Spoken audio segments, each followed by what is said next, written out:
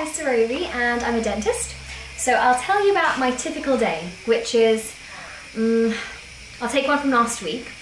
And I got up at about early in the morning, started at 8:30, so quite a regular early morning start. And I saw a checkup in the morning where I met a new patient. She was interested in having whiter teeth, straighter teeth, and we decided to go for some braces.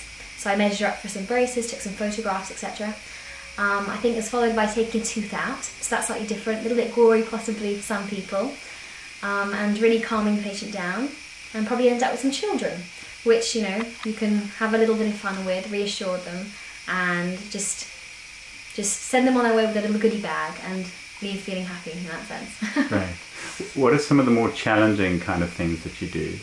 Okay, I'll take an example of a patient today who I saw was yesterday, 34 years old, and through drinking lots of acid, he'd worn his teeth down to very, very, very little. So if we left him, by the time he was, 40 years old, he may not have had any teeth. So he needs all of his teeth treated, really, and that would involve just putting kind of additions to every single tooth, getting his molds made up so we can take them outside the mouth and examine them. And it would not only involve treating him, but looking at the whole case with all the information and planning it very step by step, and thinking, how is this patient going to adjust to his new teeth? And so you almost sit down and I do my homework for about 45 minutes outside the chair, looking at all the patient's models when he's gone home. I sometimes do it on a Sunday night or whatever, and really going through, getting the cogs, turning, and thinking what will benefit this patient, what are the options, and you present them to them like a presentation almost, or a letter, and you decide what they want, what will be the best for their teeth, and you come to a happy compromise between the two. So it's really working out, almost like a detective. Great. What could be the solution to the problem, Right. and at the end of the day, what will fit that patient to make them happy. And what are the things you need to be really good at to be successful or to be kind of fulfilled in this career?